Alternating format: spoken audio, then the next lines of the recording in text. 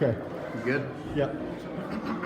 Second half there. Yeah! Sorry. This guy.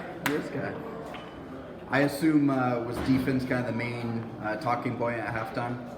Yeah, 100%. I mean, they scored 42 in one half, and too many easy layups and just breakaway layups. So we had to shut that down, and again, super proud of the team for the way they came out and set the tone in the second half, and super happy.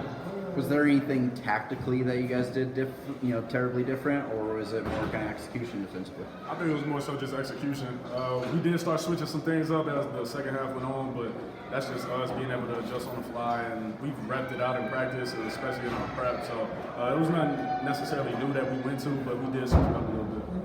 And then, Jalen House had a bunch of steals in the first half. How much, I guess, focus was that too to protect the ball and not give them easy back bust? You know what I'm trying to say. It wasn't even about just being mindful of him. It was about being mindful of everybody. They were all just kind of going in there, raking a little bit. We weren't tight with the ball like we needed to be, and I feel like once we stop giving other teams possessions, we kind of can have a better control over the shots that we get. And if we can get shots up, I like our chances of it going down. So they definitely were very active in the first half, getting steals, but I feel like we were definitely better taking care of it in the second half. Was there a point in the second half where you guys, it was basically, get into David, and, you've got good matchups, let's just keep riding that? It happened through the flow of the offense, really. Let me say this.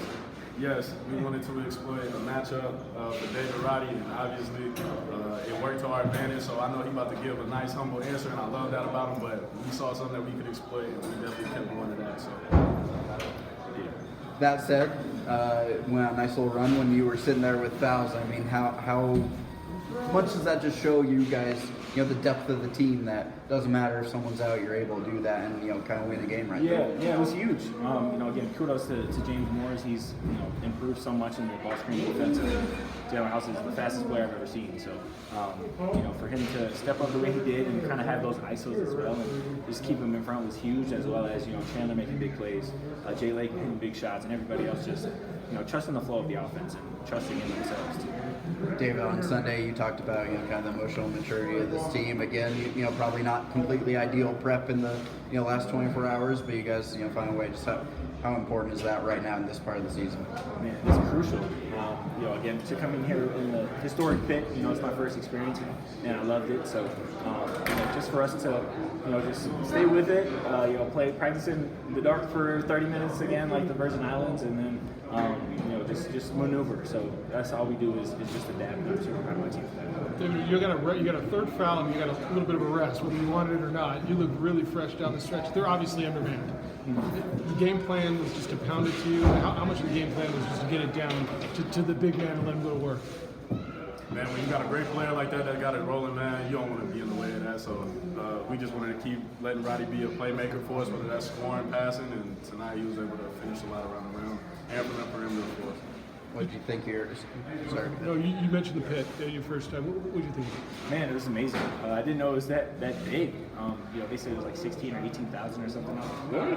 But yeah, no, it's a historic venue, and it's just a great experience as well. There's a bunch of loud fans, and they're always into the game, so it's really nice. It's a really good experience. What did that team show you? You saw them on tape the other day, and then play you guys down the last 2 minutes here. What did that team show you when they took the 2 points up in your place too? Yeah, I would say, just resilience and heart. They have a bunch of dogs on their team, and they're just scrappy the entire game for 40 minutes. So they're going to give you, their best the entire time, and you have to respect them. Yeah, I'll piggyback off that, man. They play extremely hard. They got some guys on their team that can just flat out play ball. And so whenever you match that with the aggression that they play with, they can be a really tough team to beat. And 2 times we played them, man, it's taken a lot to get that win. And so they definitely got a bright future down the road for sure. And they'll be a force to be reckoned with no matter what. Good.